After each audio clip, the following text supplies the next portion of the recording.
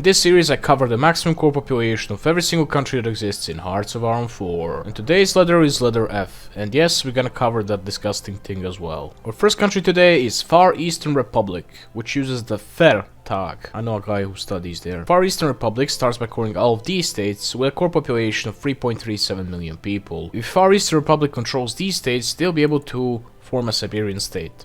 After which they'll be able to integrate the Far East, which does literally nothing for them. Also push to the Urals and liberate the Ainu. At the end of the day, their cores look like this, with a maximum core population of 27.47 million people, which everyone remembered at this point. Our next country is Federal Republic of Germany. This is basically West Germany. And as of today, this country cannot have any core population. Its maximum core population is literally 0 because people were mad about Yalta Conference, so Paradox reworked it, and now West Germany and East Germany don't get any cores. And yes, this is the country that's led by Klaus Klauser and has a very funny name when you go fascist. However, while Yalta Conference doesn't spawn West or East Germany anymore, they do give Germany a West or East German cosmetic tag, but that doesn't count, their maximum core population is still 0. Our next country is Federal Republic of Kabardins and Karachay-Balkars. This might be the longest default name in game, but I'm not sure. This country starts by coring the state of Kabardino-Balkaria with a core population of less than 400,000 people. They can get their maximum core population through Unite the Mountainous Republic's decision,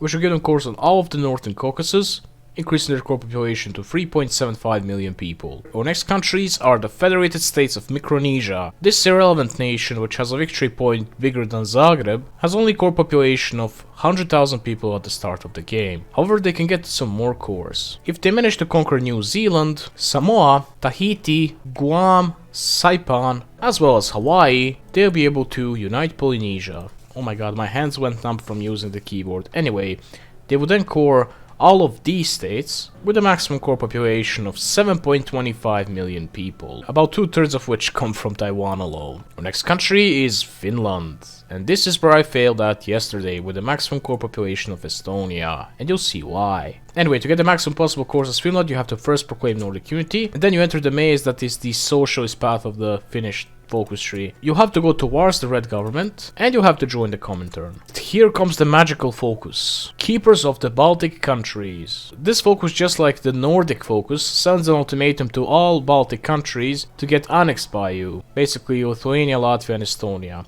And the country which can get most of the cores from all of these is definitely Lithuania. So if you got to puppet Lithuania, and if they manage to get all of these cores through going for the monarchist path, then you get most of the cores from this focus. Basically, when they say yes, you annex them and you core all of their cores. And after all that has been done, you have to finish Red Finland focus, which will literally turn you into Red Finland, and it will also give you cores in the free states to the east. At the end of the day, you core all of these states with a maximum core population of 112.2 million people. Our next country is France. To get the maximum possible cores as France, we first have to start with the Americas decolonized preset. Chile would have to go for the Mapuche path and finish crusade against imperialism focus. In the meantime, Hawaii, Samoa, Tahiti or Rapa Nui would have to unite Polynesia. On the other hand, Chile would have to liberate Inuit people, they'd also have to release Mexico as their puppet, as well as the USA, and Canada. Also, USA would have to grant statehood to Alaska, because that way they can core out to Ireland as well. They'd also have to puppet the country which formed Polynesia in the meantime.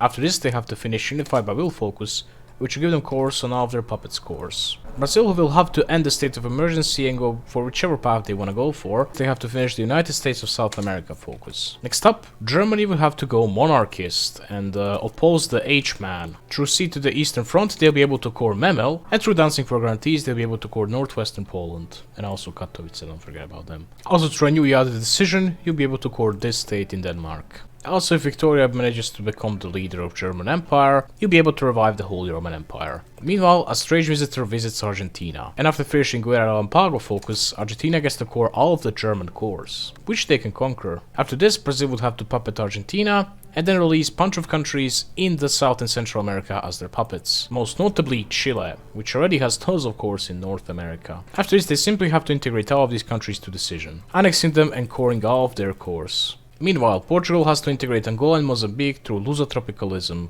decisions. After this, they have to go monarchist and start up a civil war inside of Brazil. If the monarchists get to win, then they'll be able to do the Kingdom Reunited, which will make them annex Brazil and also core all of their cores. In the meantime, Carlists win in the Spanish Civil War, and they'll have to pick Alfonso XIII as their king. After all this, they'll have to restore the Iberian Union, which will get them to annex and core all of the Portuguese cores. And after all this has been achieved, France can get its maximum possible cores. First things first, they'll have to go monarchist. United Crowns will give them cores on all of the Iberian cores, and will also annex them. Let's also not forget that they can get extra cores from the French Union. This can be increased if Algeria, Morocco or Tunisia restore Al-Andalus, and if Syria or Lebanon unite Arabia. If France gets to conquer these countries and then finish the French Union, they'll be able to get their maximum possible cores. And finally, if France manages to go back to being democratic, they'll be able to realize European unity, turning them into the EU, and giving them cores on the rest of Italy. And they'll be able to core all of these states with the maximum core population of 646 million people. And our last country for today, or well the city, is the free city of Danzig. If you play as Poland and choose Clamp Down Danzig, you can get Danzig to rise up in Danzig. Also, if you do this, the game becomes very buggy for Poland. You start getting random events like the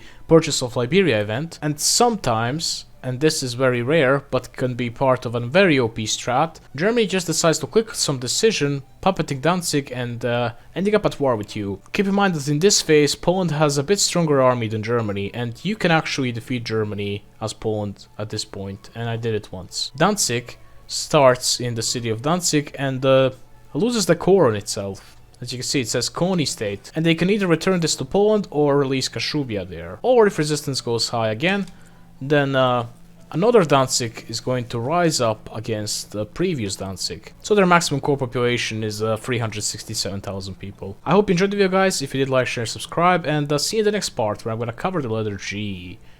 And bye.